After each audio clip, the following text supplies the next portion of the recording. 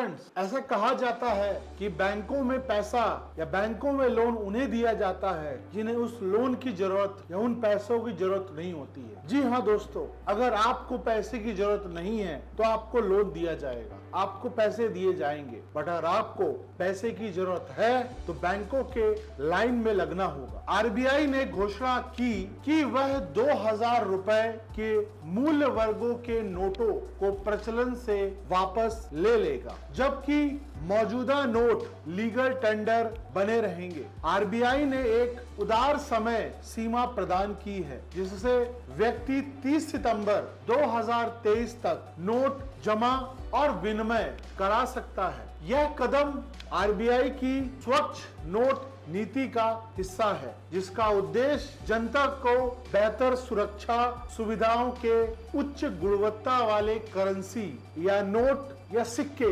प्रदान करना है। आम आदमी के मन में एक सवाल उठता है कि आरबीआई ने ऐसा क्यों किया? आरबीआई ने 2000 रुपए के नोट क्यों वापस लिए? आइए जानते हैं कि क्या कारण है 2000 रुपए के नोट वापस लेने। 2000 रुपए के नोट की निकासी आरबीआई ने कहा है कि 2000 रुपए नोट को वापस लेना उसके मुद्रा प्रबंधन कार्यों का हिस्सा है। लीगल टेंडर एक अभ्यास के दौरान 500 रुपए और 1000 रुपए के नोटों को वापस लेने के बाद तत्काल मुद्रा आवश्यकताओं को पूरा करने के लिए 2016 में 2000 रुपए के नोट पेश किए गए थे। जैसा कि आप सभी जानते हैं कि जब डीमोनेटाइजेशन किया गया तो उस समय 500 रुपए और 1000 रुपए के नोट को लीगल टेंडर अघोषित कर दिया गया था, यानी वो लीगल टेंडर नहीं था और उस दौरान 2000 रुपए के नोट लाए गए। अगर हम बात करें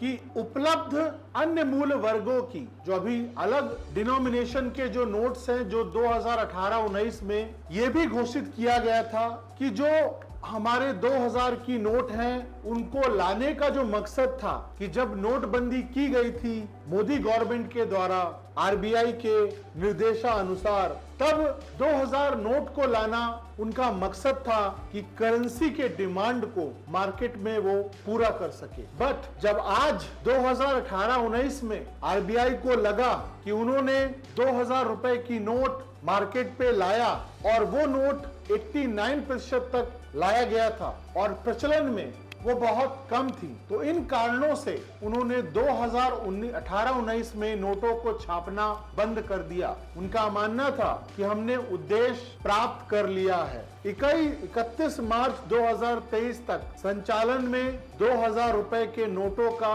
मूल्य घटकर 3.62 लाख करोड़ रुपए तक हो गया है, जो प्रचलन के कुल नोटों का 10.8% है। आखिरी बार 2016 नवंबर में नोटबंदी हुई थी। सरकार ने जाली नोटों को चलन हटाने के प्रयास 500 रुपए और 1000 रुपए के नोटों को वापस लिया था। इस कदम ने अर्थव्यवस्था की 86% मुद्राओं को प्रचलन से रातों रात हटा दिया। आइए जानते हैं कैसे डिपॉजिट और एक्सचेंज किया जाएगा इन 2000 रुपए के नोटों को। 2000 रुपए के जो भी नोट विड्रॉ किए गए हैं उन नोटों का एक्सचेंज एक सीमित दायरे एक समय के अंदर किया जाएगा। 20,000 रुपए निर्धारित किए गए हैं और गैर खाता धारक भी बैंकों में नोटों को जाकर बदल सकते हैं। उनके लिए एक अलग से लाइन बनाई गई है। केवाईसी और अनएप्लीकेबल डिसिप्लिन रेगुलेशन को देखते हुए, उस नियम को मानते हुए बैंक खाताओं में जमा या बैंक खातों में जमा करना बिना किसी सीमा के किया जा सकता है। जितने भी बिजनेस अकाउंट हैं उनके लिए कोई भी सीमा नहीं है। आपके मन में सवाल ये उठ रहा होगा कि क्या इसका इफेक्ट आम जनता में पड़ेगा? आइए जानते हैं। आरबीआई के गवर्नर ने कहा है कि 2000 रुपए के नोटों को वापस लेने का प्रभाव अर्थव्यवस्था में बहुत मामूली होगा, क्योंकि प्रचलन में मुद्रा के केवल 10.8% ही हिस्सा ले रहे हैं। निकासी से यह तो सामान्य जीवन या अर्थव्यवस्था में व्यवधान नहीं पैदा करेगा, क्योंकि अन्य मुद्राओं या अन्य डिनोमिनेशन की नोटों का भंडार मार्केट में पर्याप्त है। कुछ अर्थव्यवस्थाओं का या अर्थशास्त्रियों का कहना है कि नोट को वापस लेना विमुद्रीकरण का एक समझदार एग्जाम्पल है। अगर ऋण वृद्धि के समय बैंक में जमा को बढ़ावा दे सकता है, निकासी से जमा दर में वृद्धि पर दबाव भी कम हो सकता है और इसके परिणाम स्वरूप अल्पकालिक ब्याज दरों में भी भारी कमी आ सकती है और इससे काले धन और भ्रष्टाचार पे अंकुश लगाने में भी मदद मिलेगी। तो एक प्रकार से ये इकोनॉमिक्स और इकोनॉमी के लिए काफी अच्छा है। तो एक प्रकार से ये इकोनॉमी के लिए काफी अच्छा है। आरबीआई को क्लीन नोट पॉलिसी के तहत, जैसा कि मैंने आपको बताया कि आरबीआई का जो ये कदम है वो क्लीन नोट पॉलिसी के तहत लाया गया है। ये किसी भी सरकार के द्वारा नहीं लाया गया है। ये आरबीआई का रिकमेंडेशन था कि जब मार्केट में जरूरत से ज्यादा पैसा मार्केट में आ जाता है तो आरबीआई समय समय पर इन नोटों को डिमांड के हिसाब से अपने पॉलिसीज में चेंजेस लाकर विड्रॉ कर सकती है। हमारे जो ex chief executive adviser Krishnamurthy Subramanian ji का कहना है कि 2000 रुपए की जो नोट हैं उनका प्रभाव आम जनता में नहीं पड़ेगा, will not affect the common man. जी हाँ दोस्तों, आप सही सुन रहे हैं। The reserve bank of India to take decision to withdraw 2000 note from circulation without not affect the common man. Common man को वो इफेक्ट नहीं करेगा, क्योंकि मार्केट में ये 2000 की नोटें केवल 10% ही सर्कुलेशन में है। तो आप जान सकते हैं कि 10% सर्कुलेशन में अगर नोट हैं तो बाकी नोटें कहीं ना कहीं स्टॉक की गई हैं और उस स्टॉक को हम जैसे ही बैंकों के पास जमा हो जाएंगी तो मार्केट से पैसा हट जाएगा और जब मार्केट से पैसा चला जाएगा तो ऑब्वियस सी बात है ब्याज दरों में भी बदलाव हो सकते हैं। आइए जानते हैं कि जो आरबीआई की स्वच्छ नीति है, क्लीन नोट पॉलिसी है, क्या कहती है। स्वच्छ नोट नीति जनता के करेंसी नोट और सिक्के प्रदान करने पर ध्यान केंद्रित करती है। Their main purpose to provide well and good currency. गंदे या पुराने नोट को वापस लेते हुए सुरक्षा सुविधाओं को बढ़ाया गया है। पुराने जो 100 रुपए के नोट को धीरे धीरे बैंक के द्वारा लिए जा रहे हैं और जो नए 100 रुपए की नोट लाई गई है जिसमें अधिक सुरक्षा है, सेफ्टी फीचर्स हैं, इसको मार्केट पे धीरे धीरे लाया जा रहा है। आइए अब जानते हैं कि एक गंदे नोट का अर्थ क्या होता है। एक नोट जो सामान्य टूट फूट के कारण गंदा हो गया है और इसमें एक साथ चिपका हुआ है या 2 पीस पे है, इसमें ये सारे नोट शामिल होते हैं। टुकड़े एक ही नोट कर और बिना किसी आवश्यक विशेषताओं को पूरे नोट को मानते हैं। यानी जो मैं कह रहा हूं आपको कि जब कभी भी मार्केट में नोट्स खराब फट जाते हैं, गंदे हो जाते हैं, 2 हिस्सों से कट जाते हैं, उस दौरान बैंक उन नोटों को अपने चेस्ट द्वारा ले लिया जाता है, आरबीआई के चेस्ट द्वारा अलग अलग बैंकों से, और फिर उनको दोबारा से नई